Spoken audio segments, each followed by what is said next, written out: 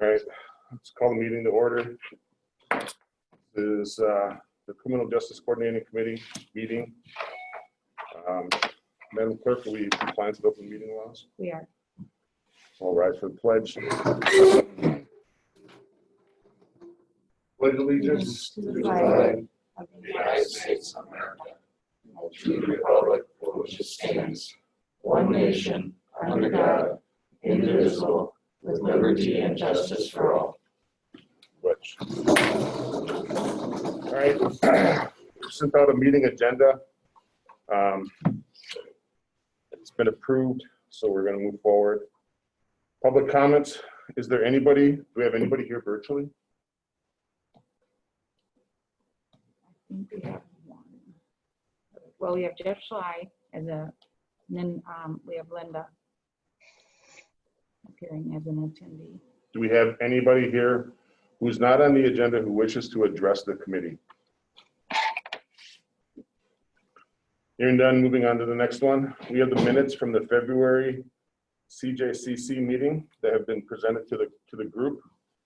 I'll entertain a motion to accept the minutes as presented. I have a motion from Mr. Helwig. I have a second from Mr. Hoff. In discussion, is there any questions about the meeting minutes? You may have not been present for the meeting, but the minutes have been vetted and reviewed and looked at about 6 different ways. So, hearing no discussion, call for a vote. All in favor of accepting the minutes as presented, indicate by saying aye. Aye. Aye. Any opposed? Any abstentions? Moving on to the next one. We have a resolution for the adoption of the bylaws for this Criminal Justice Coordinating Committee. Now, a little bit of a complicated process because we haven't met since February, and since November we've been making some substantive changes to the bylaws. The first change was to incorporate a second seat for the Foudre, and that's in response to the MOU, the Memorandum of Understanding, where there's a $25,000 contribution from the tribe to this committee for the operations that are going forward. So we had to amend the bylaws to have that second seat recognized. The other change that was also presented and approved by this committee, but not written into the bylaws, was to have 2 citizens from the two more positions added to this council that were going to be from citizens at large, and that the process for those citizens vetting would just be a letter of interest to the committee, and then myself and Mr. Schuman would make a decision as to who would be brought on. Because this is an advisory committee, I don't want to make it overly complicated, but we also need to make sure that that gets added to the bylaws. And then, Can I interrupt, please? We had a citizen who tried to speak during public comment. Could we go back to that just before we get too far down the line? Linda had her hand raised or wanted to raise her hand. Fix that. Are you unmuted, Linda? Try and talk. Good morning. Can you hear me? can hear you, so we'll postpone and then allow for public comment. Thanks. Thank you. Thank you so much. Linda Zilmer, Edgewater property owner, and I wanted to speak to the item you're acting on now. With regard to the resolution, the signature lines that you have all state your names, but for future, maybe look back at history, could you please add the titles or the positions you're holding on that committee to the resolution, not just your name?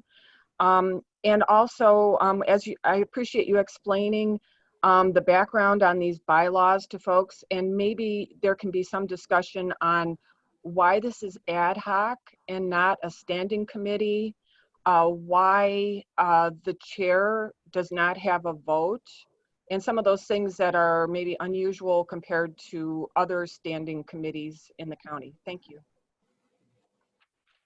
Okay. Well, going back to the discussion,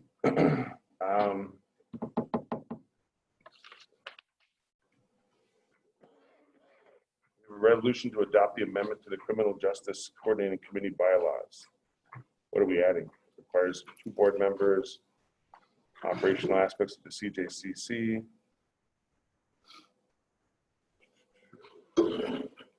JLCLC, the other one. And the 2 civilians. And the 2 civilians. We took out executive committee. We deleted the executive committee, which was, I think that was language of the template that was presented by Mr. Marco, and it was another step that I think was unnecessary. I mean, this is an advisory committee with no actual authority to direct or to change any kind of policy. Can make recommendations to the stakeholders. So I guess going down the line, the reason why this is ad hoc is because under our county board rules, a standing committee needs to be presented at a full board meeting, and then the rules of the county board need to be amended to do that. And the only ones who have that ability is the board chair, along with the county administrator. And ad hoc is a committee that comes with a single purpose. And so the only purpose that this committee really has is to advise the criminal justice system that operates within Sawyer County.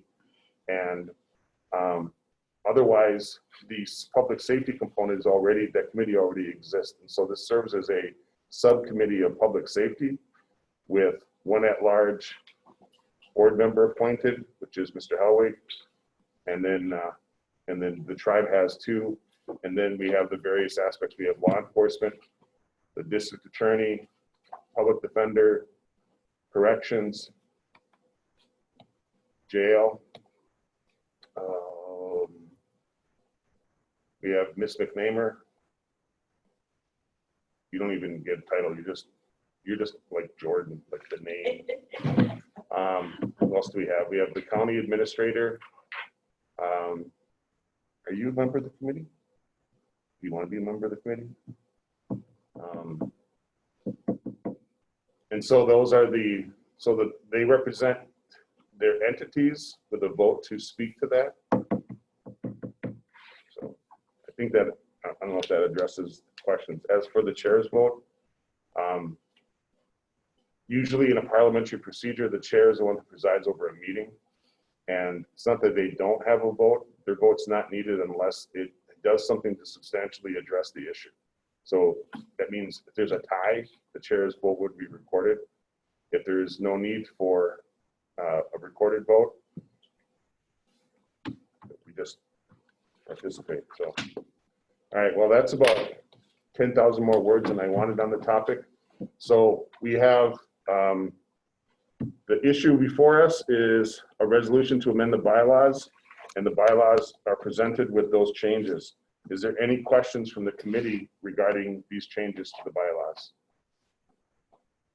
Mr. Schuman. I'll make a motion to approve the revised CJCC Sawyer County bylaws. I have a second for Mr. Helwig. So just to be clear about the procedural aspect, we have a resolution asking for this to be advanced to the full board. That's what your motion is. Okay. And then your motion also contemplates the changes that were approved by this committee and we're ratifying for the purposes of having the bylaws as they're presented. Yeah, the revised copy here. Okay. Correct. We didn't add anything today. Nope. Any other discussion on the motion regarding the bylaws? Hearing no discussion, call for the vote. All in favor of the motion by Mr. Schuman indicate by saying aye. Aye. Any opposed? Any abstentions? Moving forward. All right, now we have the Criminal Justice Coordinator update from Ms. McNamer. Well, since we last met in February, we haven't had that opportunity but to speak about the jail screening and assessment program project. But more importantly, I guess, is that 3 weeks ago I did give notice that I would be retiring as the end of June. So currently I'm still in the process of trying to work with those who are on our STOP program on an electronic monitor, finalize as many individuals as happening there. In discussion with Judge Yanko, we have 3 after the COVID-19 state Supreme Court rule, if you would, expired on May 22nd, we're going down to kiosk monitoring for those affected with an OWI or pre-sentencing bond testing with OWI, as far as reinstituting the actual sweat test testing. At this point, in discussion with Judge Yankel and due to the COVID-19 situation and my impending retirement, that has been put in advance until hopefully this, we can have some sort of thought process of what will happen in the future rather than starting a process that will be left in limbo at this time. Any questions for Ms. McNamara? Mr. Al. More for the group here. I appreciate Diane's work over the time that you spent in this position. And I think it's been great for you to step in, and your knowledge has really helped get this thing off the ground. But now, since you are retiring, we need to look to the future and see what we're going to do about this position going forward.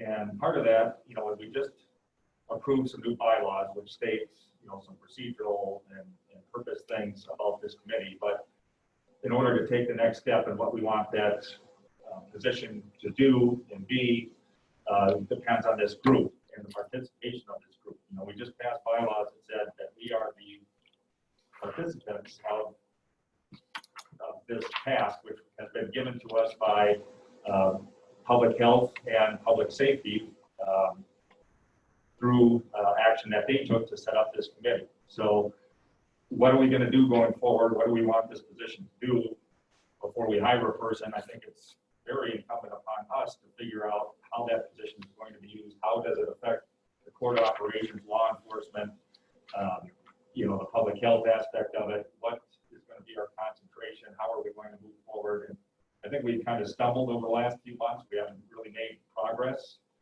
We couldn't even get a quorum the last couple of months. So, if that's going to be the case going forward, what do we need a coordinator to coordinate if we're not interested in coordinating anything? So before we replace the position, can we get on the same page about what it is that we want to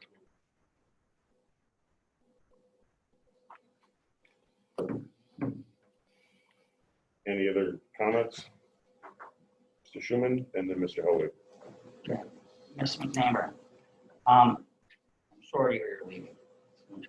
I hope we're looking for a replacement. You'll help us with that and find someone. Diversion programs are very important to the tribe, as is the bail bond testing that we've been doing at BCT. Those have all been wonderful things. They've been able to come in, do their testing, see counselors, make appointments with our CCS program. That's been huge. We've recently hired at the Osceola Clinic medical assisted therapy physician, which can work with treatment therapies and medically, like medicine assisted, Suboxone, the injectable naloxone therapies. So we need coordination of all those events, and so that we can share them with the DA and the judge, that we have programming available. We have a treatment center that we're using right now down in Tennessee, and we've now we're up to 20 positions or folks that we've sent to these treatment centers, and it's working. It's really good therapy. We're looking at a transition house when they come back from treatment, and we just need that to continue. The tribe's contribution to this committee is something we want to do because we realize the problem we have out there, but we need to make sure that we're directing these people into programming and not incarceration. So whatever that takes from this committee, your position, that's what we ask. Because it's been a hard sell. I know Mr. Schlender came to us and wanted some more money for CJCC for testing materials, and then you were there and had some input. But we haven't sold the tribe yet to do that because they're very concerned about the incarceration rates in our jail being highly Native American, 65 to 70%. It's a concern out there, so I want to put that on the table here for this committee. And that's what we hear there. I'm going to go Mr. Helwig and then Sheriff Maroka. Is there any sort of a, like say, a duty or responsibilities that you currently have so that individuals know what they're supposed to be responsible for, I guess? Well, I've tried to be compiling a list of duties and what that entails and what they would need to do. So yes, if somebody was meeting with me, I can certainly take them by the hand and kind of show them what I've done. I think that it goes back to the bond program, which was forgive me for saying this, Judge Michael, but I think we talked about it being kind of a drug court light, if you would. And that was that if somebody's in pre-sentencing and this is the time when somebody has maybe a drug or an alcohol-based offense, is to try to get some sort of bond testing going, that it's not testing for testing's sake, but to basically try to get them accountable for their actions and hopefully get them into, such as Mr. Schuman spoke about, the Disease Wellness Center and or any of the other treatment facilities here in the county, where they can start getting some available help and make those choices. And of course, that affects the judge's decision at sentencing, and it also relieves the jail for many offenders that would maybe be sitting there for a cash bond. So it really is about improving our public safety, but also giving people services that they need, and hopefully to avoid those repeat offenses. So that's been really the whole program. And then it's basically right now, I did a quick count and took out the 20 plus people that are out on warrant for failure to appear in court. But on bond right now, we're sitting with 79 individuals, but that will change. Some cases will close this month, other cases, of course, will come before the judge's seat. And so we're sitting around 85 individuals that need bond testing at any particular time. And for a small county such as ourselves, that tells us that we have a huge alcohol and drug problem, and mostly for possession of methamphetamine or heroin. And so it behooves us to try to get forward with these programs. But you need somebody who's going to basically be case managing 80 plus people. Even if 10 minutes a person, that's a huge amount with going on in court. So you have to have somebody who's going to be here, I believe, in the court facility to be able to get that information to the district attorney, to get it to the judge, if there is good notices or there's people that aren't abiding by what they need to do. So case management is a huge component of that, and all the filtration that comes with that.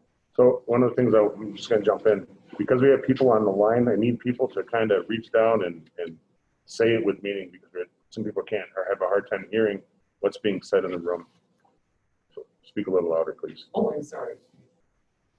I too want to say that I'm excited at your departure. I'm old. It's not Sure. I think an added thing too here is, along with Diane leaving us, and we too greatly appreciate what Diane has done for the sheriff's office as well as the county. But with the loss of Deputy Welch and him being a big part of the sentence programs or dealing with the programs with the sentenced inmates, and Diane and Deputy Welch work very well together. There was a lot of teamwork effort there.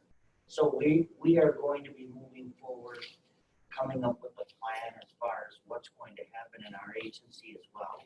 And we intend to continue with the programming and doing what we were doing before to the best of our ability, but we have some things we have to sit through as well. So, I mean, there's going to be a change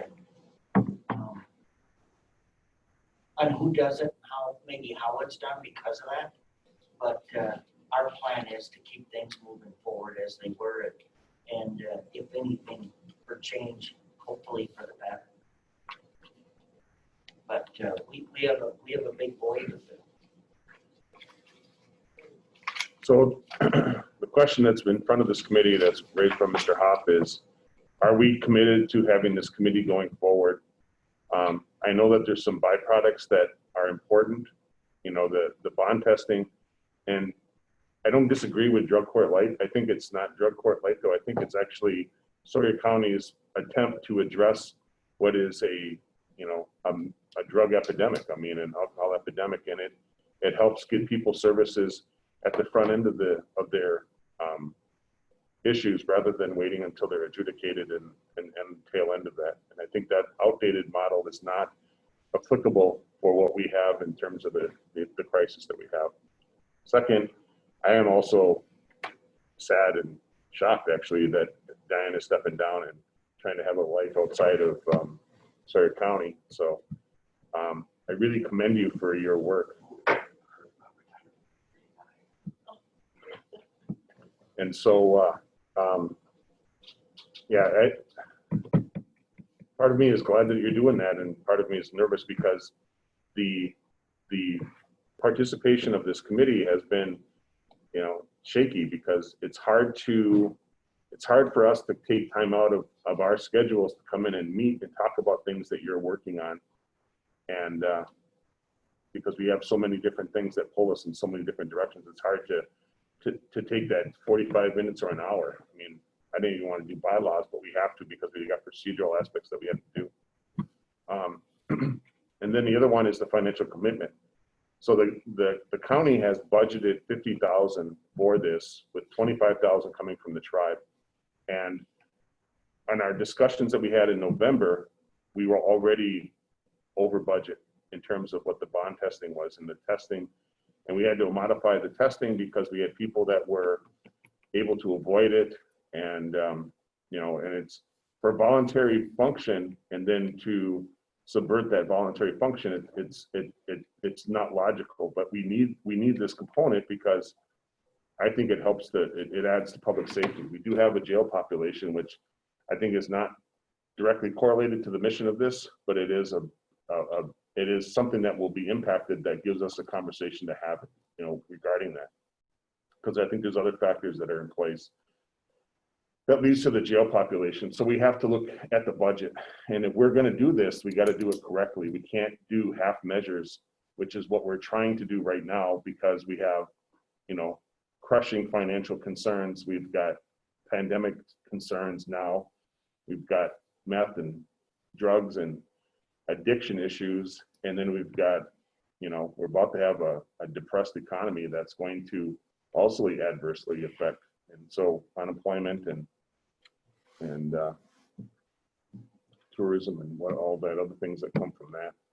So I think what I need everyone every participant who's here, and every participant who's has a responsibility or has accepted a responsibility of being part of this committee, needs to go back and think about what it is their commitment's going to be, and what is it that you want to get from this. Because I don't want you to come sit in a meeting that you have that doesn't help advance any part of your issue. I mean, that's a waste of our time. I've got other things that we can do, and there's other things that need our attention. So if you can do that, take this next month to kind of assess what it is that you want from this committee, and then help me figure out what that's going to be. I mean, Aaron is the one that had the idea of this, and so Aaron left, and we're left now with the shells of ideas of what we wanted to try to accomplish. Now Diane is leaving, and Deputy Welch, you know, has left us, and so these were the ones that spoke to the mission of what we're trying to accomplish. You know, if we're going to spend county dollars, let's do this with the idea that we're going to try to accomplish something. If we're going to ask for a commitment of time, we need to honor that commitment. We need to show up for these meetings. We need to participate, whether it's virtually or in person. We need to step up and do this, because there are literally thousands of people who are going to be impacted by the actions that we do. We have to go back to the tribe and explain to them that we need more money from them to help with what we're trying to do. And we can't sell them on this idea, because making us responsible for the jail population is like saying 2 + 2 = fish. I mean, one doesn't connect to the other. But what we are trying to do is trying to address this epidemic, and our bond testing is directly correlated to that success. We need to coordinate with the court system because they're already overpacked. They're already too busy. They're already, you know, these are the same arguments, but we just need to figure out what we're going to do. So this goes to Mr. Hoff's question statement. So I think we don't. So Ms. McNamer provides information to this committee, but we're not responsible for that. So I'm assuming, Mr. Hoff, that there's going to be a posting for this position. Yeah, and I guess that's the question. I mean, we've got a job description from when Diane started. If there's other things that is helpful to anyone in this room, because we're all the major players of getting these things organized, let me know and we can ensure that we get the person with the qualifications and expertise that are needed to do what needs to be done here. So, But you're going to be responsible for the interviewing for that. Do you want a search committee, or do you want people to sit with you on the interview process? We'll post and get applications and then have an interview team. So we haven't thought about who's on that team yet, because we haven't had any applications yet. So I think we had the chair and the vice chair when we were going through the interview process for Ms. McNamer. So I think we'll make that the chair and the vice chair that will assist with whatever the county hirings processes are. And then if anybody else in this committee wishes to participate, they'll have an opportunity to do so. I'm not going to make it a mandatory requirement because I think that's too much, but I will commit Mr. Schuman's time because he is a public servant that works for all sorts of different jurisdictions. So, Mr. Schuman. Diane, have you seen the job description and had a chance to weigh in on it? Because you've probably been in this job, and you probably know what it I entails. know what it is, but other than the original posting, I don't recall exactly all the details. But I think your opinion means a lot to us. I'm sure that Tom and I could review that and think we need to tweak it. And do you think there's a need for a tribal justice coordinator to assist you with what's coming from the tribe and what's Adbushiki and? That could certainly be something. Quite frankly, it could be, I have a thought that it could be somebody who is just purely testing, who is just testing components, say they're here at the courthouse on Monday, Wednesday, Friday, and they're at a Busy Wellness Center on Thursday and Friday, gathering information using the aid of your staff, etc. It could be then that flows just to the coordinator position, allowing the coordinator to take more time to work with grants or oversee larger projects and case management and reliability on that. So there certainly is that aspect. That way, there is always a backup for an individual, illness, sickness, whatever, and to keep it flowing forward for the court and accountability. So there's some options. I mean, this could be, full-time, and then there's a part-time component or a split down the middle. However that could be. So I can sit down with, Mr. Hoff and give some options, and maybe in the interviewing process, that might be an evolution of thought of where you might want to take this. Yeah. I'd like to invite you to tribal governing board too before you retire. Okay. Should I? Or after you retire, I don't think you're going to vanish, are you? No, but I'm thinking this will be the first time I calculated the first time I'm going to have any summer off in 42 years. I haven't worked, so I was pretty excited about that. I calculated I have worked since I was 14, so that is 54 years of working. 54 years, so I thought I got to do it before I die. Okay. Well, any objections? Any other, Mr. Judge Apple? From my position, we were, before this suspension of the testing, Diane and I were working very closely as far as the individuals that came through the court system. We took a look at what the drug charge was, where there was dealing involved, whether there was possession, usage. And then when they were placed on those bonds, Diane was very communicative as to who was failing, who was succeeding, And then the ones that were failing were brought back into court. We dealt with those on a case-by-case basis.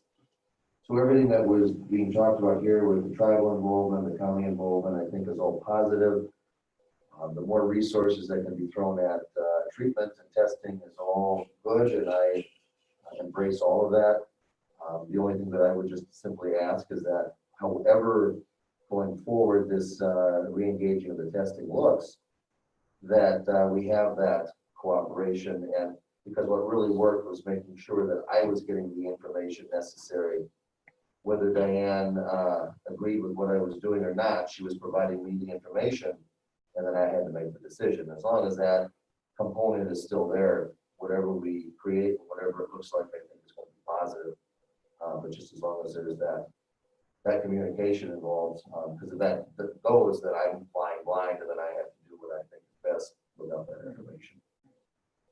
And the DA is a big part of that too, as far as his recommendations go and what he thinks. As far, I mean, because whether I don't follow what the DA says 100% of the time, but it certainly has an impact on the court system when the DA is recommending either a signature bond or a cash bond. So that has a huge impact. Mr. Schley, are you still on the line? Yes, I am. Is there anything you wish to add to the discussion? You know, I guess you guys are kind of talking the front end right now, and obviously we're on the back end of the system, but, you know, from probation parole, there's, you know, we're trying to make changes and trying to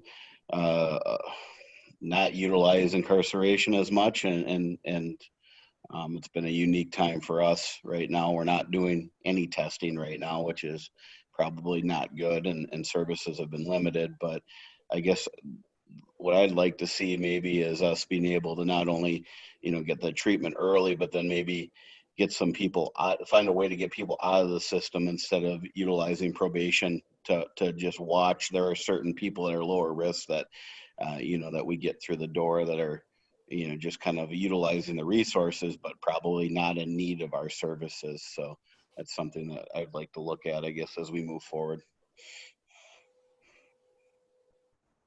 Anybody else who wishes to address this topic? So the question would be, is the viability of this committee going forward, everyone's contributions?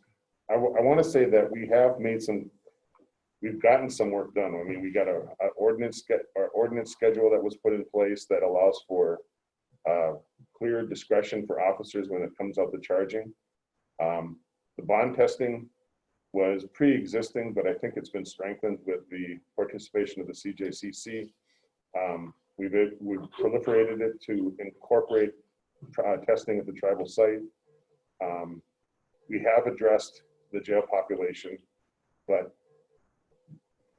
there's more people that are going to be in the system because of these other things that are outside of what we're doing. So I don't want that to be the jail population to be construed as a failure of this committee, because, you know, if we fix 1,000 people, 100 more people are going to probably end up in jail for some other reason. I mean, so if there's nothing else on this one.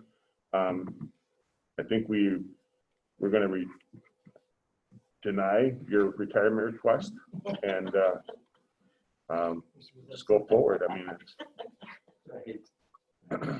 so anyway, but thank you for your service, Diane. I mean, we make jokes about this, but you're representative of some of the positives that come from people who make working for our county a life's work, and we're going to do something to recognize that. And until we do, we got to keep working until we get that done. So, all right. Anything else on this topic? Mr. Hoff, does that address your question, concern? Yes, I'll shoot out the existing job description to everyone. And then if you do have any comments about other things you would like to have in there, we can do that as well. So, and then Mr. Schuman and I will make ourselves available to you for the interview process. And then I think it'll be non-binding because that's a county position. It doesn't report, but they participate with that. So we'll just advisory only. It'll be the county's decision as to who you hire, but we'll just be part of the interview process. All right, moving on next to all this other thing. I don't know if you guys are aware, but we have a second courtroom option discussion. I don't think we have anything that's been handed out in materials, but our board chair has asked Public Works, Public Safety, Finance, and the Criminal Justice Coordinating Committee to weigh in on the second courtroom construction. And I think the question is, yes, we do it, or no, we don't do it. And if it's yes, we do it, then we have a list of options that have been assembled for the board to decide. And our board chair, who's present actually, had asked for these committees to have a vigorous discussion and come back with a recommendation to be considered by the full board. So with that, I'll open up the floor for discussion. We have, I think it's like 8 options. I think everyone in some capacity has seen what those options are. And I would ask that we either have a discussion or that there's a recommendation that comes from this committee as to the courtroom question. So, floor is open. Yeah, Mr. Chairman, so I'll just say, most of you heard this at Public Safety, and I appreciate all your input there. I'm looking from this committee also, similar to Public Safety, is functionality. Safety, any concerns we have of inmates coming in, where they enter, where they're held, and make sure we're compliant with all those issues. I know that finance is going to weigh in heavy too as far as cost, but overall we want an addition that's going to work and be compliant, as I said earlier. So I know we've heard from the judge and sheriff and the jailer, lieutenant, and Bruce on what option they think works well. So we just want to take this to the full county board with recommendations from these committees so that we can make the best choice. Mr. Schley, are you still on the line? Yes, I am. Do you have access to the materials that is part of the options for the courtroom construction? I can see them on the screen, I believe, here. So I'm going to ask you the $10,000 question. Have you had a chance to kind of review those? Because the question that's going to be probably asked of you is there, what are some of the needs that you think are necessary for you in dealing with people? I mean, what involvement does corrections and have with the courtroom? I think our involvement is, I mean, not so much the building of the second courthouse, but obviously if we have more courthouses or we have more space and we have another judge, we're going to be processing cases faster, which is going to increase our caseload over at probation parole quickly, I would assume, which may affect me staffing wise. But as far as the actual building itself, I guess we don't have a whole lot of, it's not going to affect us one way or the other. All right. Do you have any thoughts on, thoughts on any of the options that were presented or in that packet? Not really. No, like I said, it's not going to affect our functioning over at probation and parole, where or how you put the courtroom. I mean, I need to put that out there because part of the question that the board chair is asking for us is to kind of vigorously interrogate. At Public Safety, kind of a condensed version of what that was is we looked at option 3 was raised as consideration because it had to do the best for safety. It had to do the best for space allocation, space resources, because there was offices, there were other departments that are going to be impacted by the change in the structure of the building. But option 3 was not viable because it exceeds the ability of the county to pay for it. So option 2 was also debated, and it was considered probably the most economical option given the needs for both the safety and for safety of, what do you want to call them, inmate, defendant transfer from the jail to courthouse, I think there was a Sally Port discussion or something else. There was gonna be a loss of parking space. There was well, I raised the concern that if we saved 1 or 2 spots, that we're gonna be making that person carry the weight of everyone else having to park across the street or down the road. So I think 2 was better because it equally deleted or took up all the parking spaces or something, whatever the option discussion point was. So, so the recommendation that's coming from public safety is for option 2, after considering the beauty of option 3, but the sticker price of option 3 makes it not viable. So with that being said, is there anybody who wishes? Mr. Hellwig? I'm curious what the judges and the DA and the gentlemen's, what their thoughts were on their recommendation. The chair said that you guys kind of got something. We both were in agreement that everything that Jim said regarding option 3, but then when that was taken off the table, it was option 2 that I know that I looked at as being the most functional based on what was remaining. I think Bruce was in agreement with that as well. Okay. Not a whole lot to say. I mean, obviously, option 3 would be the best, but if that's not remaining, then it just puts the move the parts around the best so that it works the best. And I think option 2 is that, or fits that conclusion. So there isn't a whole lot to say about architect. I obviously want my officers to be safe. I want the people that come into the building to be safe. I think option 2 is the best one that's left.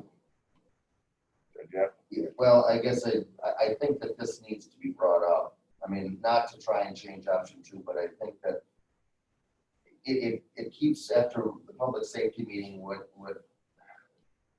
kept being brought up was the statement that said, well, we've transported the prisoners across the street for years, so why change that? And, you know, there is an opportunity to take a look at the safety of the people who are incarcerated, the safety of the people who transport them back and forth. And if we go with option 2, I think that there should be some forward-thinking viewpoint of something safer to transport individuals who are in custody back and forth, whether it be a tunnel or a bridge or a Sally Port where they drive them over. Because I'm afraid that one day, even though we've done this for the last forever, that when somebody gets brought across the street and a family member or a victim knows that they're being walked back just out of the blue, the transport officer gets hurt, and somebody in custody gets hurt, whether it be getting hit by a car or just being out in the open. I think that's going to put a lot of liability on the county, especially now that they have the opportunity to at least change that. So I think that needs to at least just be in the record that we've discussed that and looked at that. I agree that the cost for option 3 is staggering. Any cost in this economy is staggering.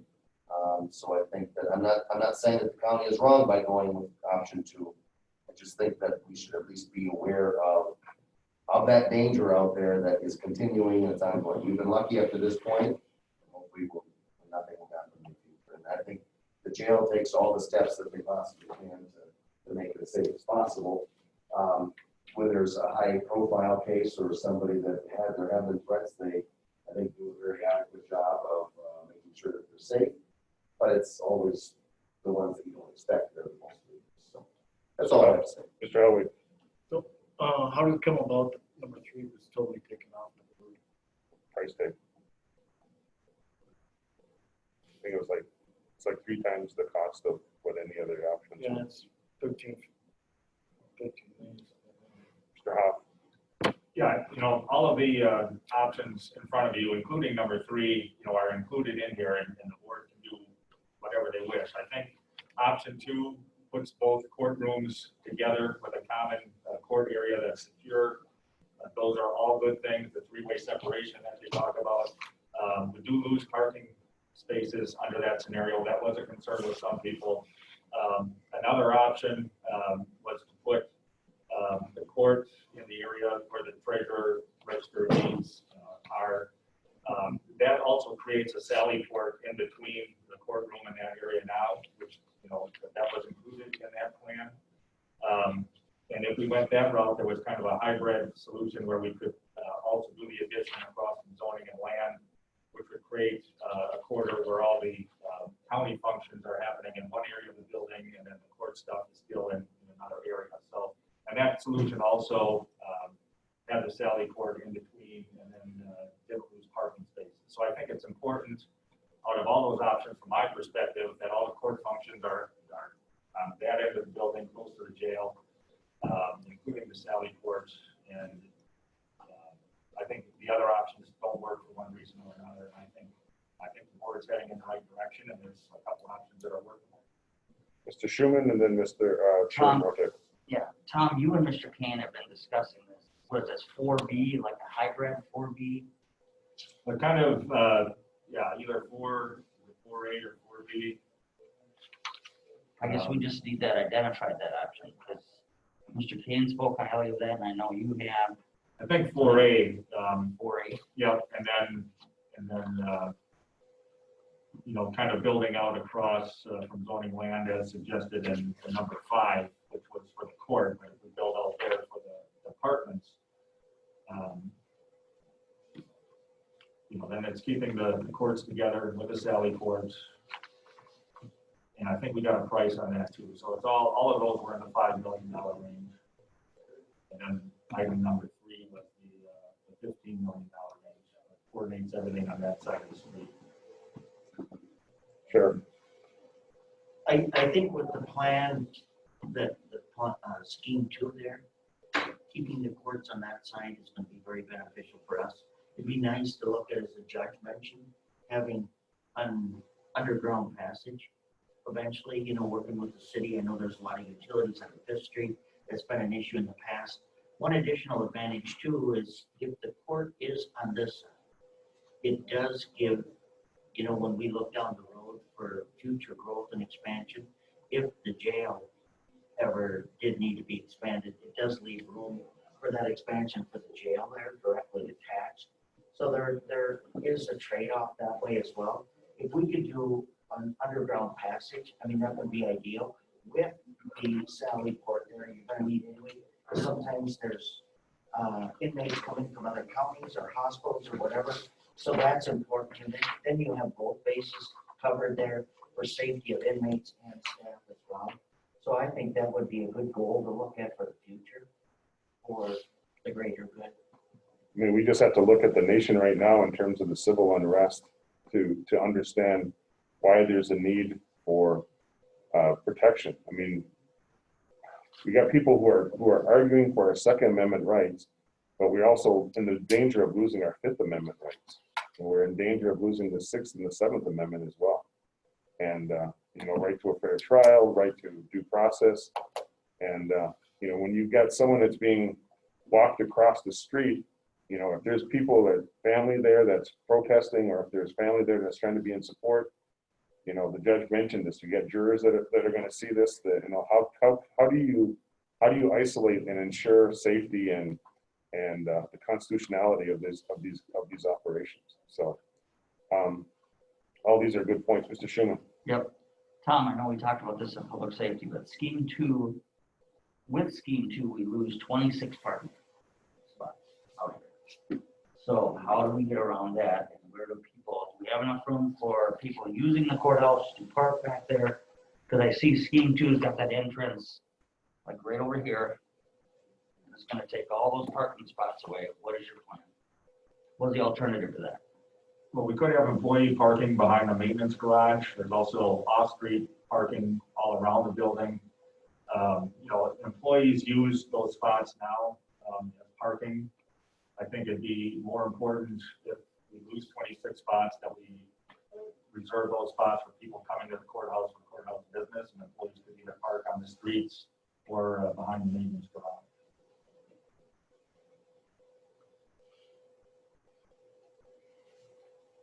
Any other questions, any comments?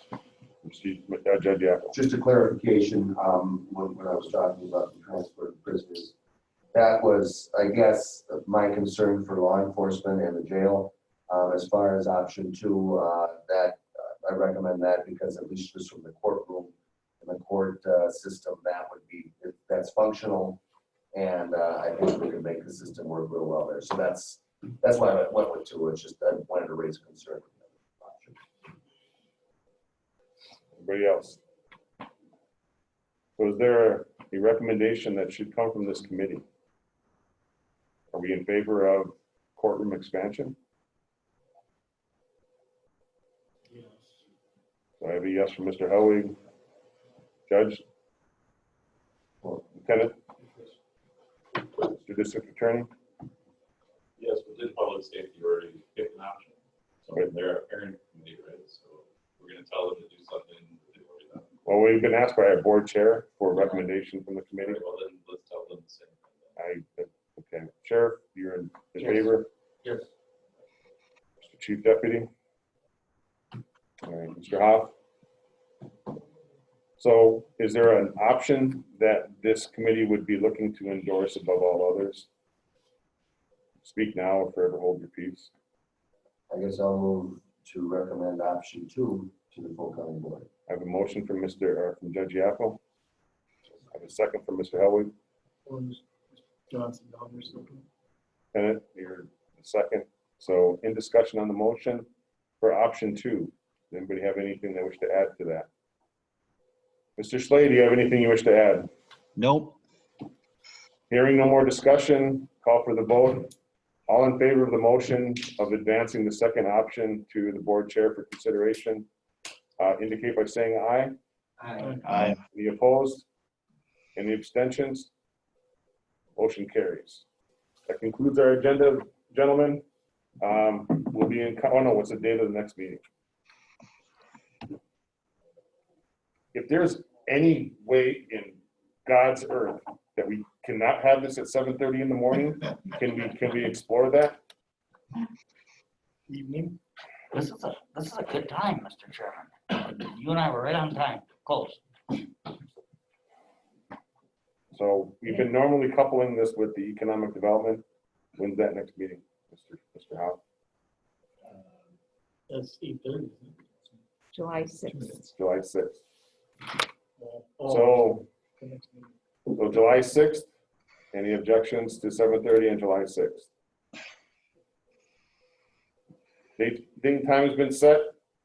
Everyone will be there. Thank you. This meeting is adjourned.